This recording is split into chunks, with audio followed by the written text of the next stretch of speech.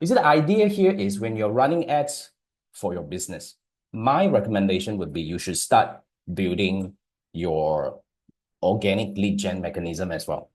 The reason why you do that, there are multiple fold of benefit to that. First thing first, when you are running ads to get leads, so while you are getting leads and working on the leads and everything, it will actually give you a lot of information about what are the whatever questions that your audience will be asking. And from there, it makes it easier for you to start developing your organic content, which would turn into your long tail lead gen, would actually gain into momentum and will start getting you organic leads. The idea here is we want to have a balance where one day we want to be free from running ads. That's what I always try to advocate. But then again, not everybody can do that, of course.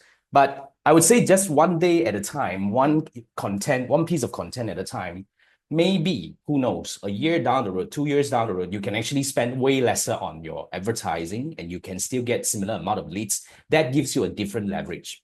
That's the whole idea of long tail lead gen. So in this training or this workshop itself, I'm going to share with you how do I do my long tail lead gen, because for those of you who already know, I actually stopped running ads for lead generation. I think since 2 to 3 years ago. Okay. First thing first, I do not need that because my organic leads is already getting me quite good quality and quantity of leads coming in on a daily basis. I'm getting an average about 1 lead a day. So that gives me that kind of comfortability to not to run ads. But of course, I still run ads on and off when I'm launching some courses and stuff like that. But generally, I do not do continuously lead gen ads right now. Yeah. So, but before I jump right into that, I mean, today this is really about the whole framework. So I want you to actually take your paper and pen and start taking down notes, and I want you to write your questions. So as and when you have questions, please pop it in the chat. I may not be able to see the chat right away, but then again, I will be answering your questions towards the end of the session. But before that, I would like to address some of the questions that I received from those of you who replied to my email. Thank you so much for replying. So this is from one of the participants who registered for the event, and this is the question that she sent me. It's a her. So she's saying you're uncertain if you would be able. I mean, you're uncertain if I'm able to address your challenges. There are two of them. So the first one is how to develop a system to get consistent lead quality. Now, here's the thing, okay? When you're running ads to get leads, it's understandable that the quality may not be that good. In fact, I would say it's actually understandable. It's usually not good. We always have this ratio of 80% not ready, 20% ready leads when we're running ads. So that's how we actually keep the ratio, and that's how we kind of like weigh or so-called judge the quality of our lead gen campaign coming in. If you have way lesser than 20% actionable leads, I call them, then definitely the whole campaign needs to be looked into. It's either your audience targeting is wrong, or your message is getting you the wrong audience, and etc. So basically, the optimization would actually have to come in. That's what I do anyway. But today we're not talking about meta advertising. But then seriously, a system to get consistent lead quality is actually to have your long tail lead gen come in. You see, for me, my quality is, I wouldn't say it's really, really good. But then again, when I say long tail lead gen, it's not just about the lead generation per se. Later, I would actually go the more detail into things that involve, like, for example, one of the major part of the work that I do to improve my quality, lead quality, is actually my lead nurturing process. For those who are in my email list, you know that I actually do my email marketing. That's one of my preferred way, and I would say this is actually the best way for me to nurture my leads, because over time, because here's the thing, I do not know what you do. You may share with me what do you do, for some of you that I know, like Andrew and Deb. But here's the thing, most of the things that we do may not be something that people would need right away, especially like, let's say, for example, if you are a property developer, real estate agent, a coach, whatever you do may not be something that is really urgent, like what I need it right now. It's not something that I actually, this morning, I had, my sliding door broken. So I need to get this guy to come in and repair my sliding door tomorrow. But for most of the things that we do, like, for example, meta advertising, it's not something that, like, I'm just getting started. I may not need an optimization coach right now. You get what I mean? So yeah, luxury real estate for Dira, okay? Luxury real estate, you probably need to, I mean, first thing first, you are in because you're somehow interested, but you may not be ready, okay? But you maybe want to be in the loop because yet again, the reason why you are here is because you are interested. But do you do anything to nurture these people to make sure that one day when they are ready, you will be the first name that comes into their mind?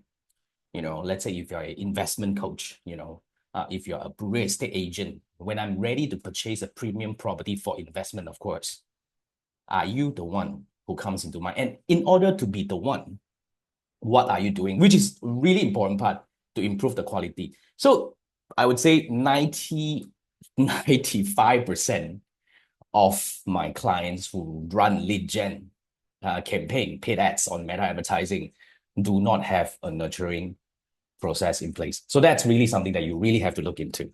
Okay, so in my opinion, that's the best way for you to improve the quality, because when you say quality is bad, not necessarily it's because of the lead that you get it bad. It's just that people are not ready for that. That's what I want to highlight here. Okay, now the second thing is about the quantity. You see, really, quantity can be a challenge is because when you do not have an engine working for you. So when I say engine, they are twofold. Okay, one part is you have enough cash to run ads to get you the quantity. Otherwise, do you have a troop of videos like me? I mean, for me, I'm using YouTube as my main. 95% of my leads come from there. Now, at the moment, I'm only having about like 5 to 7% of the leads come from Instagram, which is already good enough. On my YouTube channel, I have more than 1,100 videos. And every single one piece of the content are actually my lead magnets. On my Instagram, I have probably about like 20 pieces of content, which I actually only gotten started about 2 months ago. And I'm not consistent. So, but I'm already getting leads. That's the whole thing I want to talk about today, which is about how do you build an engine? That's why the reason why we are here to talk about is really exactly what you're talking about here, is to build an engine that gives us a long-term consistency in terms of the lead quality and quantity. So that's how I build my system, and that's what I want to share with you today. Okay, now the next question I get is from a gentleman. So the question, this is not a question, it's rather like a statement. He said, lead quality for preventative healthcare like physio is poor. When I hear this, I am quite 100% sure that this is about running ads. See, I talk about that. When you're running ads, usually 20% of the leads are not actionable. I'm sorry, 20% are actionable, 80% are not ready or not actionable, not responsive, not replying, ghosting you and all that. But then again, I wouldn't say these are totally, completely junk. It really depends on how you nurture these people. That's why I want you to start having this in mind. That would actually make a difference. Like I helped so far, only one real estate agent in Singapore to build something. You see, in Singapore, it's a very interesting market. Singapore, property transactions happens all the time. People tend to buy and sell every, like, I don't know, 5-7 years. I'm not 100% sure. I'm not Singaporean, but that's what I heard from my real estate, agents, clients and friends in Singapore. So here's the thing. Most of the real estate agents only run ads or only do something when they have a listing, when they have a property to sell, when they have a new launch and all that. But then again, this guy, he worked with me only for a few months. But what we did was we built an engine. Okay, when I say an engine, that involves a lot of things. Like first thing first, you need to find the best way that you are comfortable. Your preferred way to generate content. And second thing is, how do you want to position yourself? You see, what we did for this guy was we positioned him as a go-to person. So we're not just developing content about the property. We develop content about the surroundings. We develop content that talks about the environment, the place, the community, and what all of these surrounding topic of real estate investment or real estate property investment or something like that. So that actually develops a lot of content. So when a person wants to look for a property in that area, we make sure that his name pops up when somebody searches for it. So yeah, so he is actually seeing traction right now because people buy and sell. Every time I want to look for something, you just run ads and get the leads, and people will be like, who the hell is this guy? So building the authority is something that would actually, pay off in the long run. When I say long run, you don't really need to wait for a year for that. I would say maybe in 3 months' time, you'll start seeing traction. But that's what I actually want to encourage you to do. So that's what we are going to talk about today. So this workshop, it's about organic lead gen. So I want to actually draw a line here. If you are here to listen to any paid advertising strategy, which I talk a lot about on my different channel. But in this topic, in this workshop, I'm not gonna talk about paid advertising. It's all about organic. Okay, which we want to start with the biggest problems in lead gen business. Okay, the first thing is the consistency and the quality. So this has been my problem since 2009. I actually started my agency in 2010, but I started freelancing in 2009. 2010, when I started my agency, I raised some money, okay? But ever since then, the biggest challenge that I had was how do I get consistent quantity and quality of leads coming in? It's not just about quantity and quality, it's also about consistency. Because even when I run SEO, you see, those are the few things that I did. The methods that I tried over the years. You probably tried this before. How many of you actually spend money on SEO? I hired one of the best back then, among my peers and all, one of the best SEO consultant. I spent, I think, nearly about 30 to 40,000 ringgit, okay, in a year. Back then, I was building my agency at the same time. I was building a startup, but in total, I spent about like 30,000 ringgit for this guy to work on my SEO for a year. So basically, that's really something that I can never really understand, to be frank, until I stumbled upon YouTube SEO. But then again, SEO is really something that is also not consistent because you can only produce that amount of quantity of articles and you can only build this amount of backlinks unless you continuously doing it. And that's a lot of, so-called unseen effort at the back end. And sometimes we will feel that, am I doing the right thing to spend this amount of money continuously? That's why I actually stopped after a year. We got some results, to be frank. We were ranked quite high for certain keywords and all that. But what I want to say here is when it comes to these kind of keywords, especially, like digital marketing agency or whatever startup ideas that I was building, how many searches we get in a year, to be frank? So that's really hard. And in order to consistently rank number one or number two and all that, that takes a lot of effort. And eventually, first, the search is low. And second thing is, like the consistency is not there. That actually makes it very difficult to track the success of it. So after trying that, I realized, okay, now that's really something that I would just let it be for now, because spending that amount of money without really seeing what are the work being done kind of like burns my investors in a way they don't understand that. So I was kind of like, okay, now let's run some ads instead.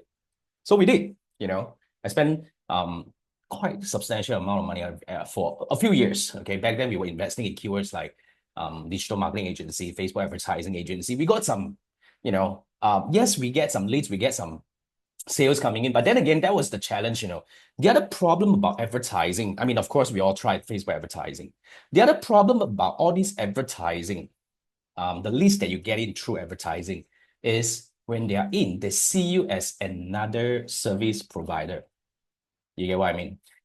Because they saw your ad, they were searching for it, they saw your ad, they click in, they either saw it on Google, they saw it on YouTube or Facebook, they come in and they are only looking for whatever they're looking for. And they say, now I'm looking for an agency, can you quote me? And when you submit your code or proposal, you're probably competing with another 10 people or 10 agencies that click on and inquired because they were searching for it at that. So that gives me, I don't know, I don't know about you, man. How many of you are agency people?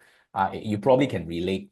I don't like the feeling of being, seen as just another service provider without having an edge or being respected as an authority. So that was really my biggest struggle, one of my biggest struggle back then. And when you're competing and pitching and all that, it's really not a very happy so-called experience.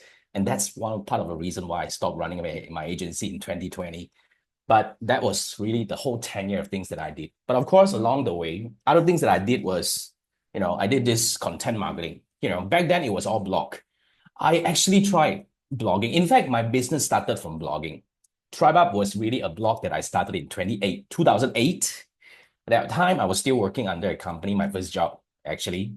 And I stumbled upon this digital marketing or so-called Facebook marketing, or, back then we still have Friendster. So social media marketing was really at a budding stage, and I talk a lot about that in my blog, and that's how I got my initial speaking gigs and all that, and then eventually launched me to be a consultant, and eventually launched my agency. But to be 100% frank with you guys, I'm not a writing person.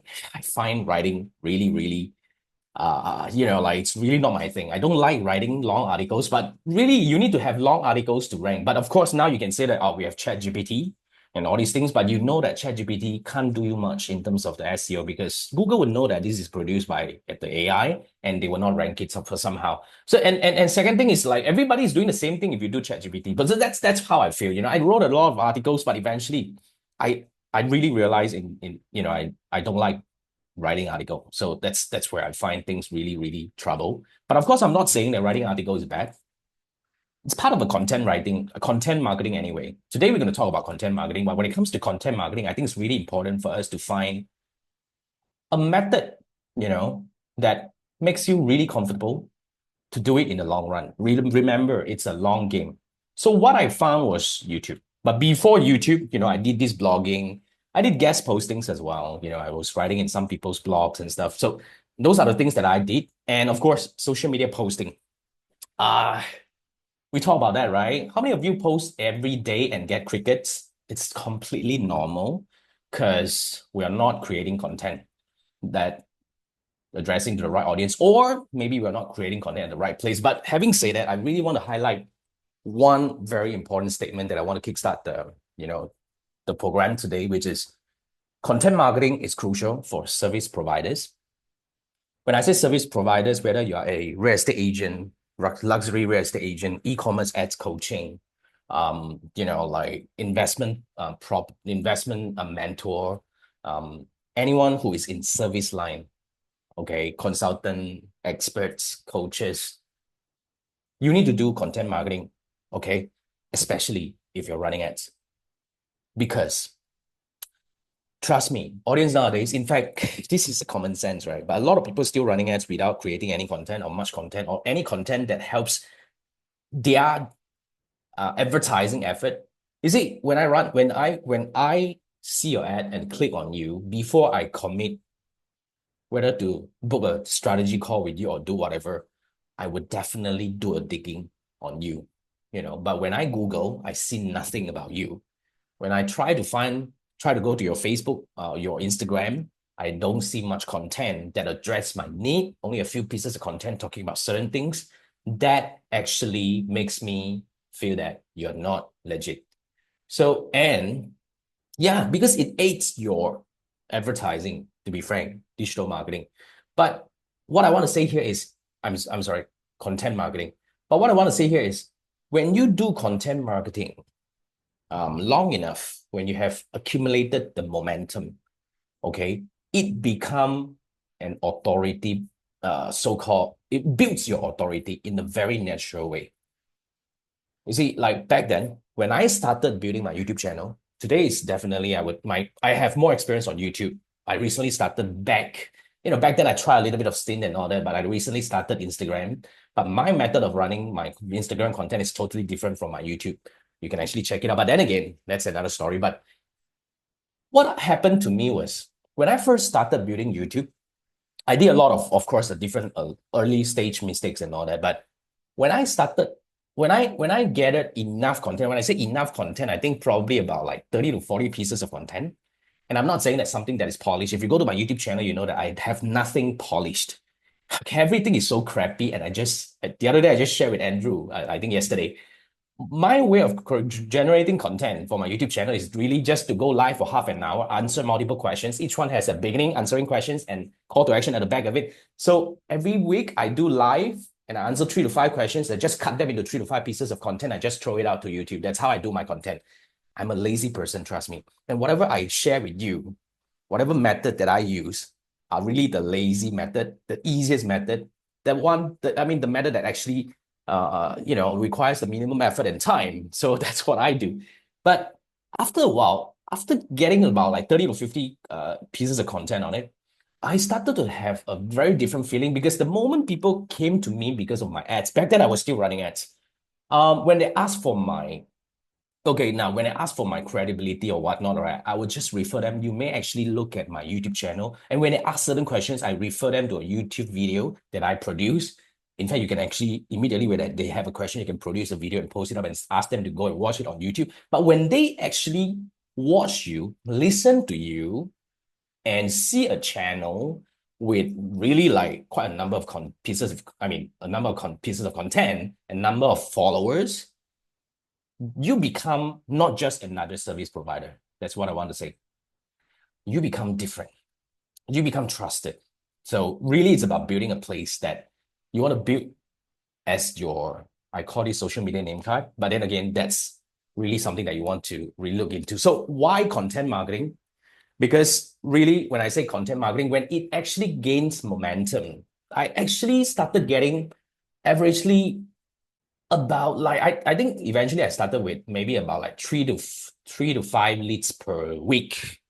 So that after building my YouTube channel for about 6 months to 8 months, I think, if I'm not mistaken, because after the first year, the YouTube channel started to really take up very consistently, and I was getting really consistent number of leads coming in. But of course, I was building different part of the business anyway, because I was building my offer afterwards. So that's another story. But today we're going to talk about the benefit of content marketing, because when you create enough content that addresses the need or actually answers the questions of the people that you want to work with, it brings in the best audience. So that addresses the problem that the earlier questions I get, the quality of the leads that we talk about. In order to get better quality of leads, you need to actually get better quality of content out there to connect with the people. So that's really the key. And after a while, it reduces the dependence on advertising. You don't really need to spend that much. Until now, like I mentioned to you just now, I don't run ads anymore unless I have some launches of some courses and whatnot. I don't run regular ads anymore, but I'm getting, as of now, on average, one lead a day, sometimes more. And in fact, I actually stopped one part of, because when I say one lead a day, I really want to say here is I do not have just one lead magnet. I have a lot of lead magnets out there. First thing first, every piece of content is a lead magnet, but every piece of content connects to an offer. So when it connects to an offer, it's a different kind of invitation. So some of my lead magnets are actually Fiverr. Some of you actually came to me through Fiverr. That's a lead magnet. It's a paid lead magnet, meaning you need to pay me to talk to me, but that qualifies you further as a better quality leads. Really, those people who came through Fiverr, the percentage of them, moving on to become my consulting client or coaching client is very high. But of course, some of them were invited to have a strategy call with me. Also, we have quite a, like very decent conversion rate. Some of them are actually free lead magnets. It could be, another course, free courses and stuff. Some are like low ticket courses and all that. I have a lot of lead magnets. Over the years, I think I started building lead magnets in 2010. Okay, to be fair. I have built more than 50 lead magnets.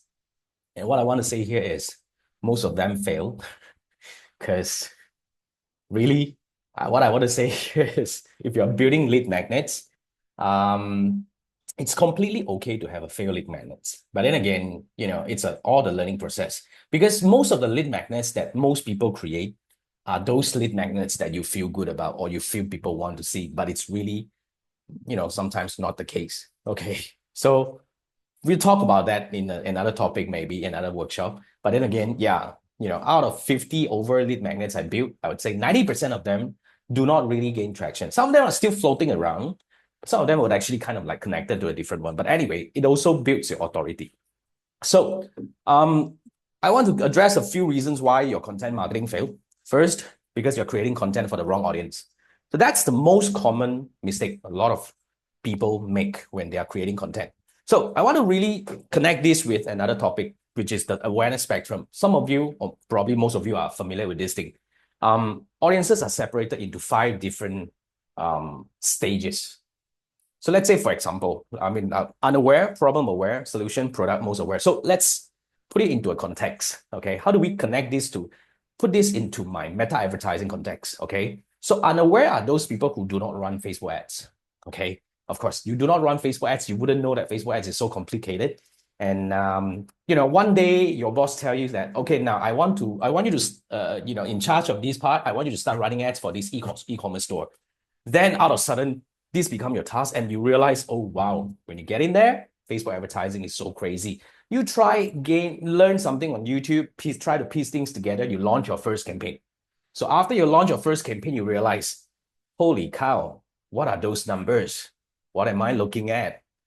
Okay. Then you realize, okay, now I have a problem. So then you become problem aware. So when you become problem aware, you ask questions. So when you ask questions to the internet.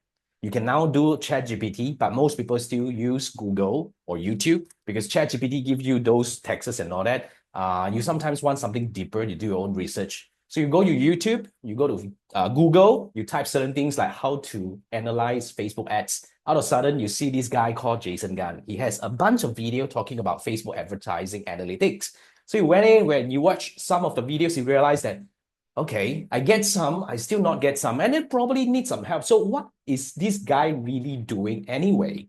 So you went on further, saw some of the QR code that I flash when I, talk about certain things. You scan through, you go to Fiverr. You realize, oh, this guy offers one-off 30 minutes Zoom call to audit my campaign. Great.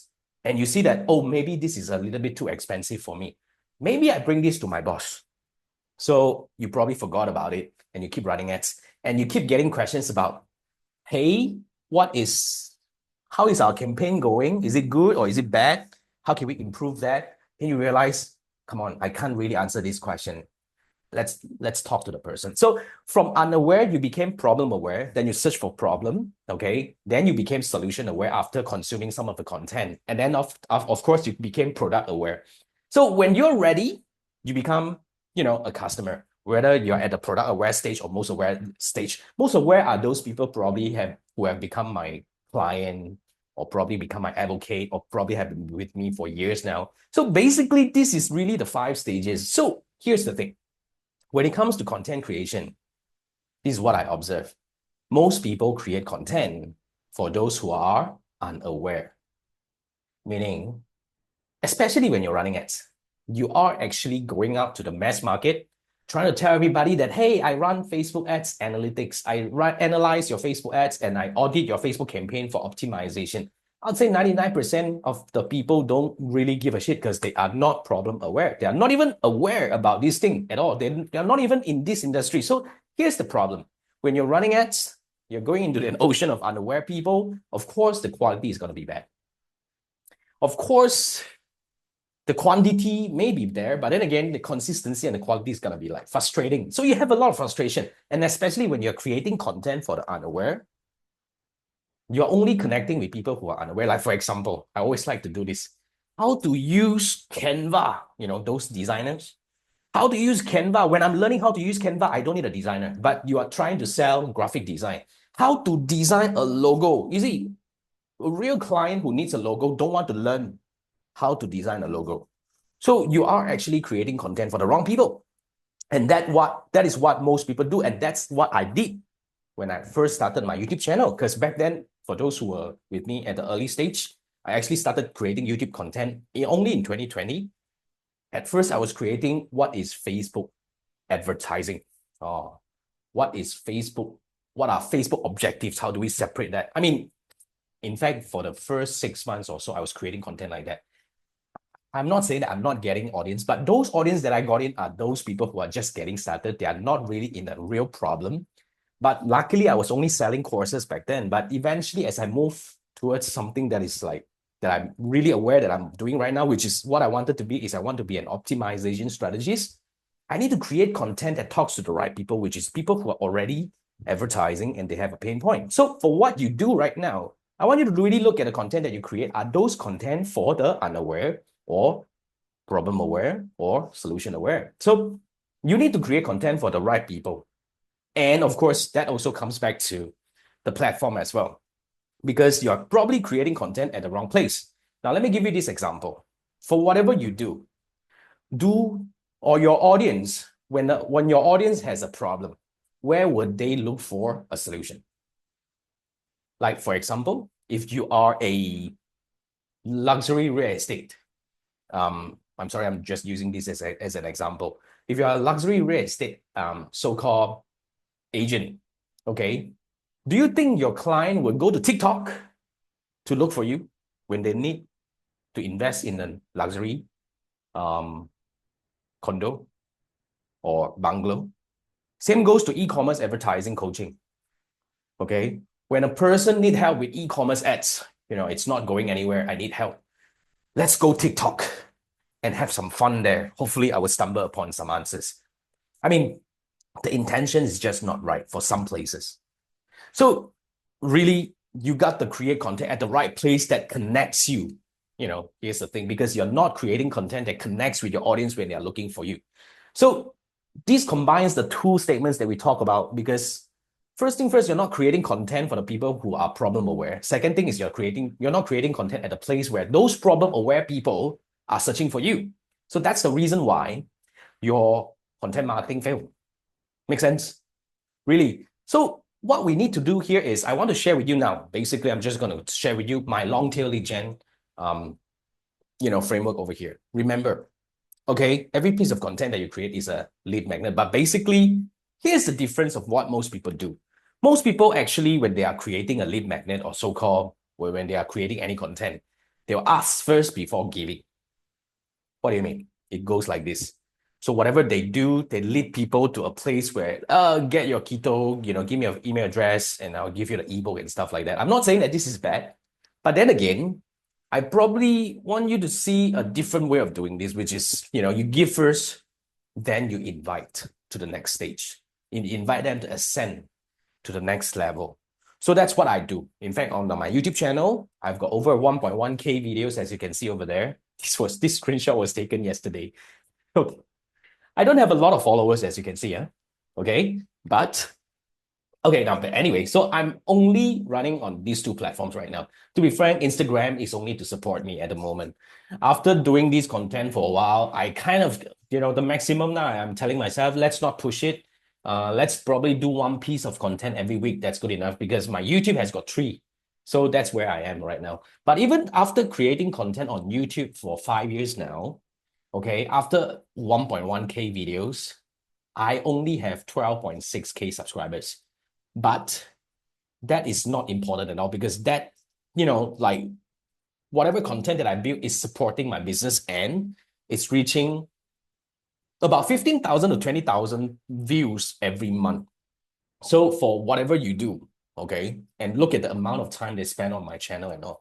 So basically, this actually become my SEO place already. What I want to highlight here is, you see, like, let's do a quick comparison to your website. How many of your website gets more than 1,000 visitors every month? My website don't actually. Yeah, probably just close to 1,000, but I've got 15,000 to 20,000 views on my YouTube channel every month. And a good percentage of them will scan the QR code, click on the link and all that. They will come to the next stage, which is the invitation that I gave them in the piece of content that I consume, whether to book a gig with me on Fiverr, whether to, whether to, I don't know, book a 20 minutes a strategy call with me to explore about working together, or whether to buy a course, or whether to sign up or to actually consume another piece of content on YouTube, which is a long form of content, which is technically a training. Here's what I want to tell you, yeah. This training that I'm doing right now is gonna become a long form lead magnet on my YouTube channel, because eventually I'm gonna throw it out and I'm gonna show people what I do, and I'm gonna give them an invitation to ascend with me, which is gonna happen towards the end of it. But anyway, so every piece of content is a lead magnet. So basically what we're trying to do here is we are trying to actually tackle the problem of aware people. All right. So here's what I do, and you can actually do the same. Now I'm using my YouTube channel as a reference over here, but I'm combining my IG together right now. So I have 2 to 3 pieces of YouTube videos every week. I post 2 to 3 pieces of YouTube videos every week. You don't really need to do that. If you're comfortable with 1 piece of video per week, it's okay. If you're comfortable with 1 piece of content per month, it's okay. It's really not about really flirting in and just make it, I have a lot of pieces of content. I know it's not really important. It's about the consistency. As long as you build your pace, YouTube will just understand your pace. And as long as you're consistently creating content, they would eventually give you the traffic that you deserve. They just want consistency. So if you're comfortable with 1 video a week or 1 video a month, that's fine. Same goes to Instagram, Some of the experts say you got to post 4 times per week. And you need to actually have multiple form of content, some reels, some posts, some stories and whatnot. But those are just whatever the coaches say. To me, it's really important to find a pace that you're comfortable with. So for me, I'm only producing 2 pieces of IG carousel posts every week, and I don't even do video. If you are aware on my Instagram account, I'm only posting carousel, which is something that I'm more comfortable on Instagram. The problem of my Instagram account is it has a lot of friends, and I can't just like throw them, kick them away, and all that. So, and I don't want to show. For some reason, I'm totally happy to show my face on YouTube. I find it odd or weird to show my face on Instagram. It's just me anyway. So it's okay. So that's my pace. I'm just telling you. And for whatever content that I create, I focus on long-term searchability. Now, when I say long-term searchability, in fact, now Instagram posts are searchable on search engine, and Facebook content and even TikTok content are searchable. So if you wherever you are choosing to post your content, you make sure that you need to actually create the long-term searchability effect for it, which means you need to actually understand how your audience search for that piece of content that you're trying to share. Like, for example, you cannot say how to optimize Facebook ads, for example, because nobody would have their right mind to say that, oh, this is optimization. No, how to get better results on Facebook ads, how to reduce Facebook advertising cost. That's how people search. So basically, you need to really connect with the search intent, and you need to name, or you need to even phrase, like let's say we talk about try how to bring Facebook advertising costs down. You need to repeat these multiple times in the video itself, or in the description itself, in the title itself, in order to make it searchable. But first thing first, you need to identify the keywords, for the subject, and that you want to optimize for. Those are the things that you really need to learn, which is learnable, to be frank. This is just something that you can just Google, and there are many ways to do this. And of course, you need to drive initial traffic when you post a content in the first 24 hours. I mean, this may not be applicable to my IG, to be frank, I don't care. But on YouTube, if you can, okay, when you post a piece of content, the first 24 hours is actually crucial. So for those content that I really want to push the visibility, you see, most of the content I post on YouTube has very little views, but some of them actually has more better views.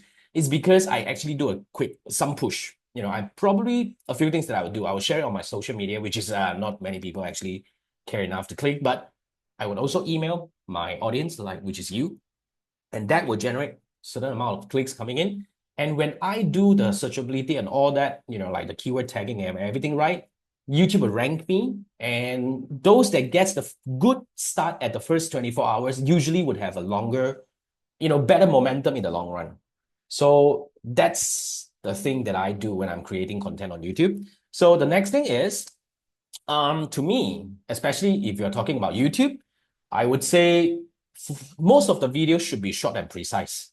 You don't want to, like, for example, when I say short and precise, you want to throw away a lot of things that you believe people want to know. Like, for example, when I was coaching, one of my clients who wanted to start a YouTube channel, so we work. So the first few video he actually sent me was the first 1 minute he was introducing himself and said, hey, I'm who and who, and this is what I do. I've been doing this for 10 years. Today, I'm going to talk about this topic, that blah, blah, blah, blah, blah. I tell you, 3 seconds, people will just close it. I don't want to know who you are. I have a problem. Can you just tell me the solution that you have, or whatever? Otherwise I'm not interested. So no, if they are interested, if your content connects with them, they will search for you afterwards. It's so easy to click on your profile to go and read your bloody description and know that, oh, this is Jason. He has been doing this since 2010. Great. And here's the link to book a call with him. Let's do this and all. They will do their own searches and digging if they are interested in you. But if they are just looking for a solution, give them the solution. Invitation comes later.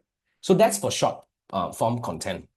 Same goes to Instagram. If you go to my Instagram and see my content, it's always about a question, and I do explanation, and that's the solution, and blah, blah, blah, and an invitation towards the end of it. That's all what I always do.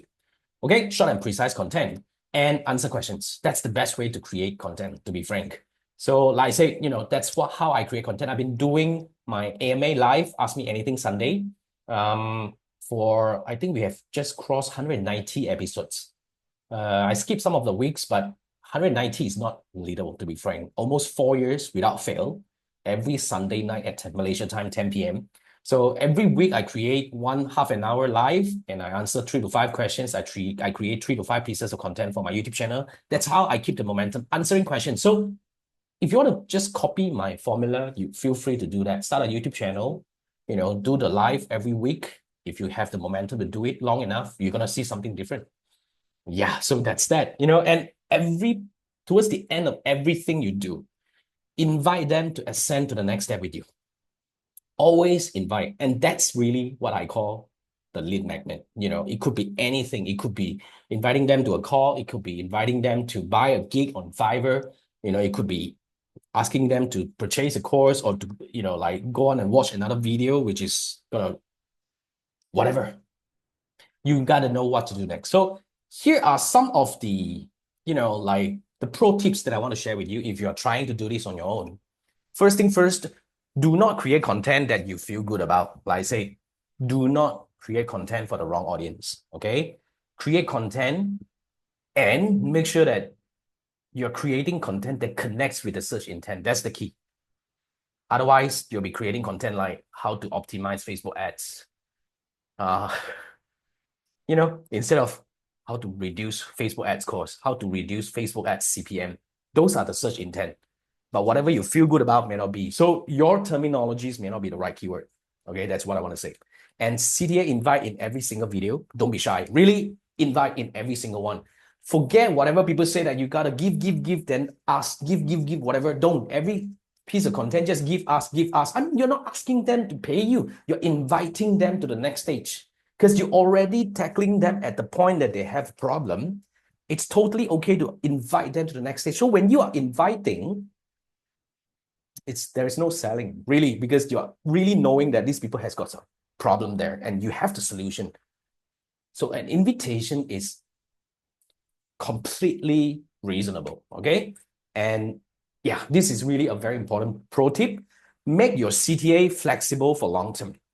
So when I say CTA, I want you to bear in mind every single QR code that I flash in every video that I do, which you're going to have a QR code towards the end of this, of course. Every single QR code is editable. So what I use is, before I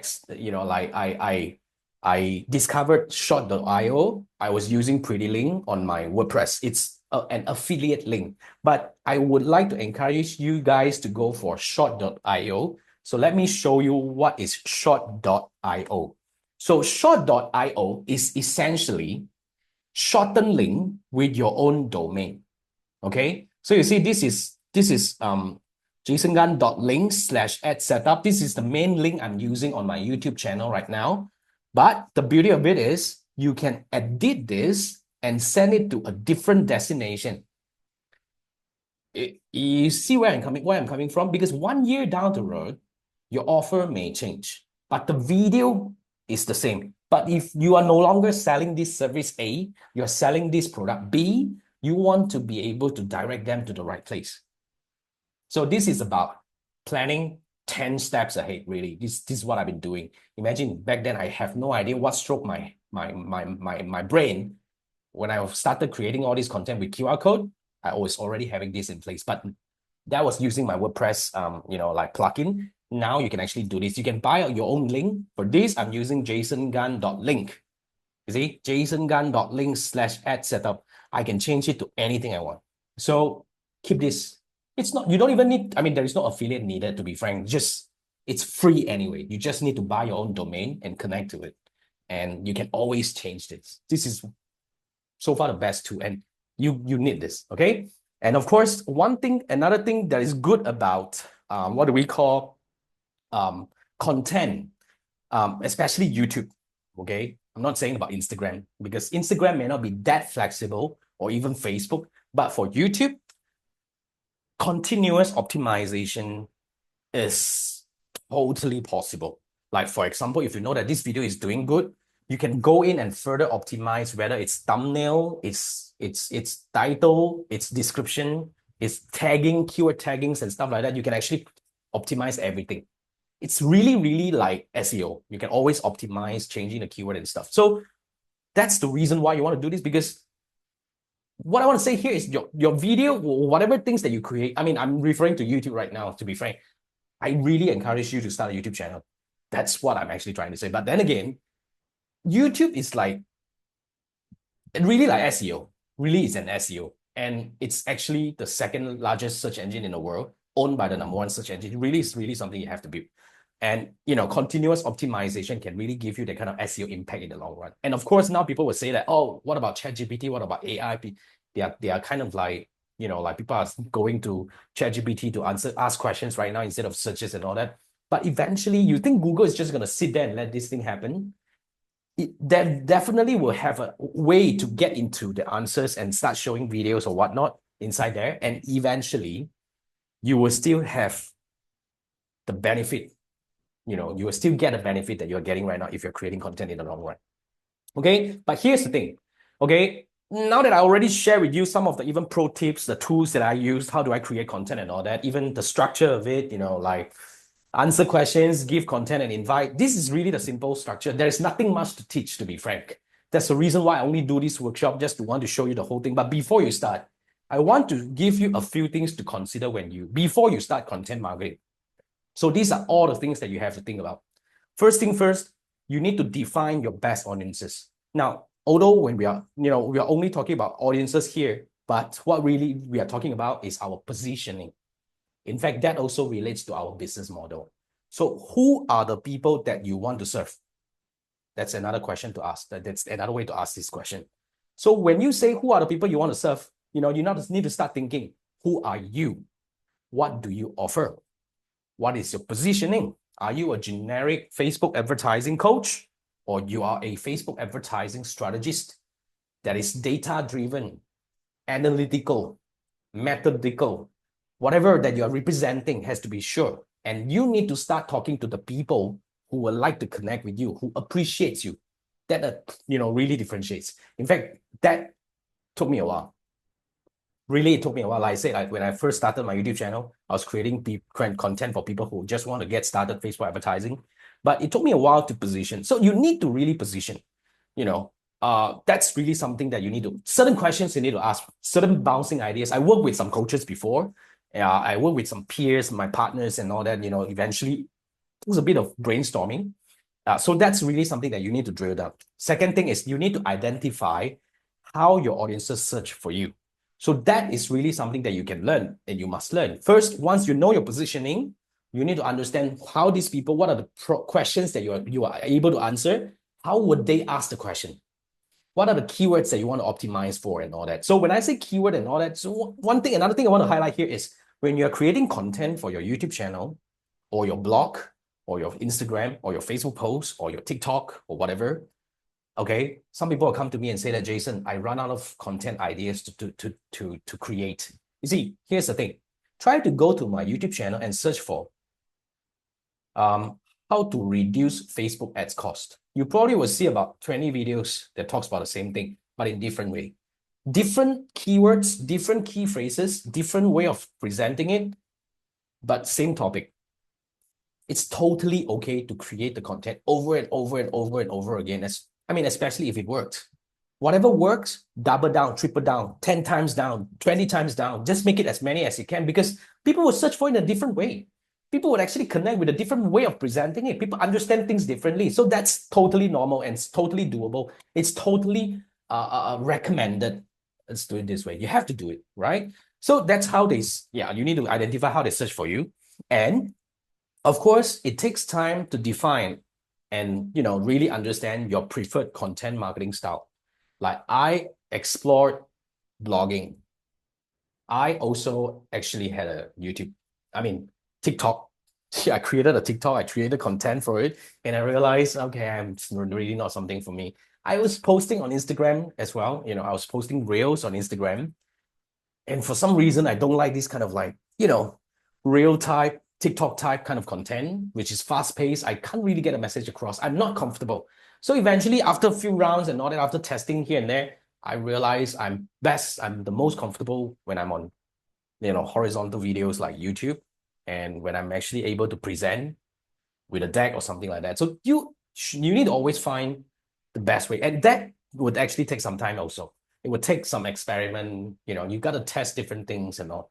Yeah. So, and the next thing is you need to build your lead magnet system. Now, this is actually one of the most essential, important, but hardest. 95% of the lead magnets I see are not something that the audience wanted. 80 to 90% of my lead magnets that I created in the past 5 years, about 50 over of them, failed because I thought people want this, and it turns out it did not. But then again, that's how we learn. And yeah, a lot of people also created lead magnets in the wrong format. Like, how many of you actually, like, seriously, I created 3 to 5 ebooks. None of the ebooks worked. Yeah. So you got to try different things. And even when we are doing these kind of live webinars like this on Zoom, I actually experimented with different formats, different platforms and all that. Like, you got to find the best way to connect with the audience. And even when you're in a webinar like this or whatever, the flow of it is also very important. How do you want to actually kickstart? How do you actually want to come in and pitch? In fact, for whatever we do, especially if you do a webinar or something, the pitch is actually the hardest. How do you pitch confidently, and convincingly? It's really the question, or it's really something that takes practice.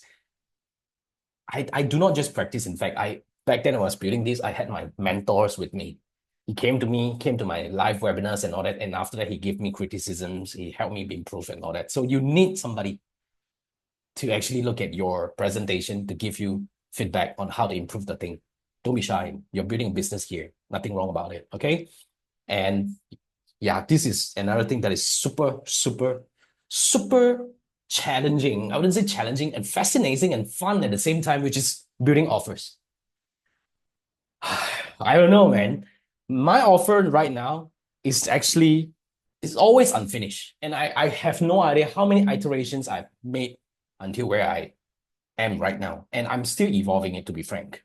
And I'm still trying different way, and I'm still exploring different method or different offer, so-called formats and stuff. So, but building an initial offer is really important before you start creating content, because you will need to know how would you like to invite them, where would you like to invite them to, and what are the offers when you invite them to the next stage? And sin, like, what are you trying to provide to help them move to the next stage?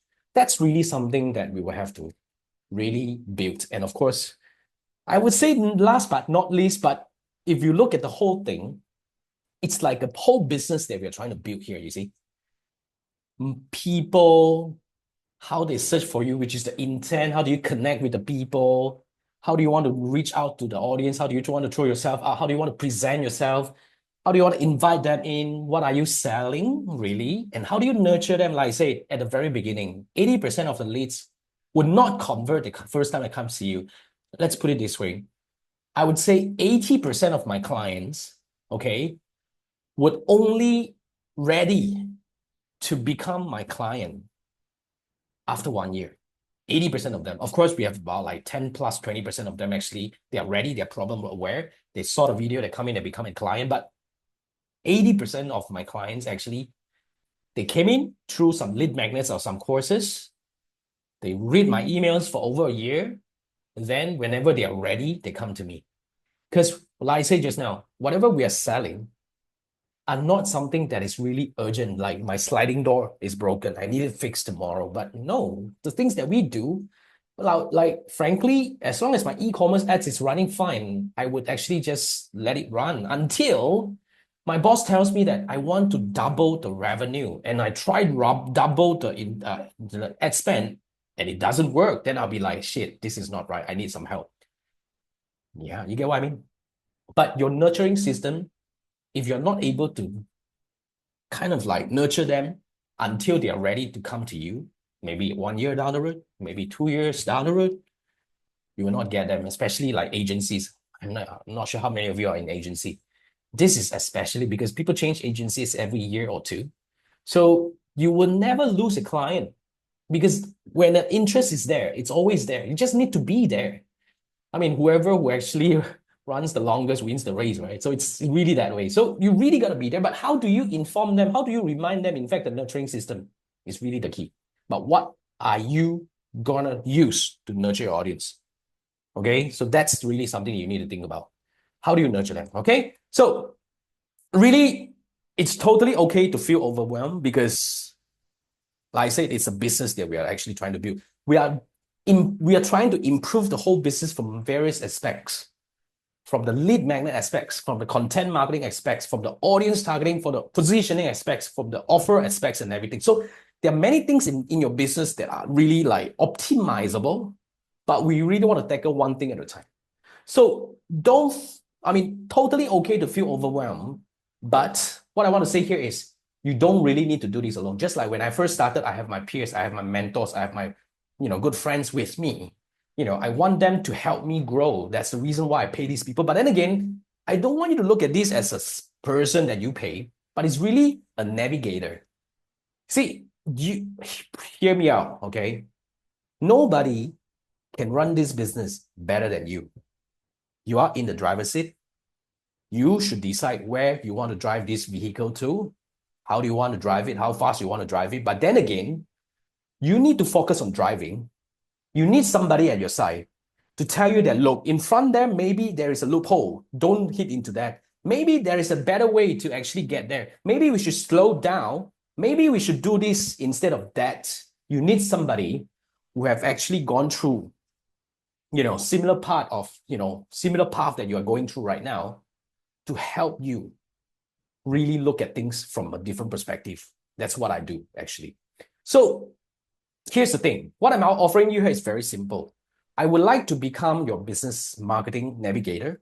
We can talk about anything, all right? You can talk about, I want to come in, some of my clients just come in and say, Jason, I need to build a lead magnet.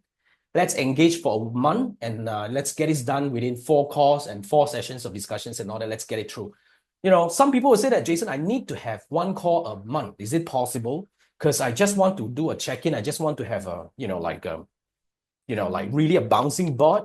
So, every month, whenever I have some problem, I want to have somebody to follow through with me, to help me look at things differently, give me different perspective. I have clients who are seeing me every month for that.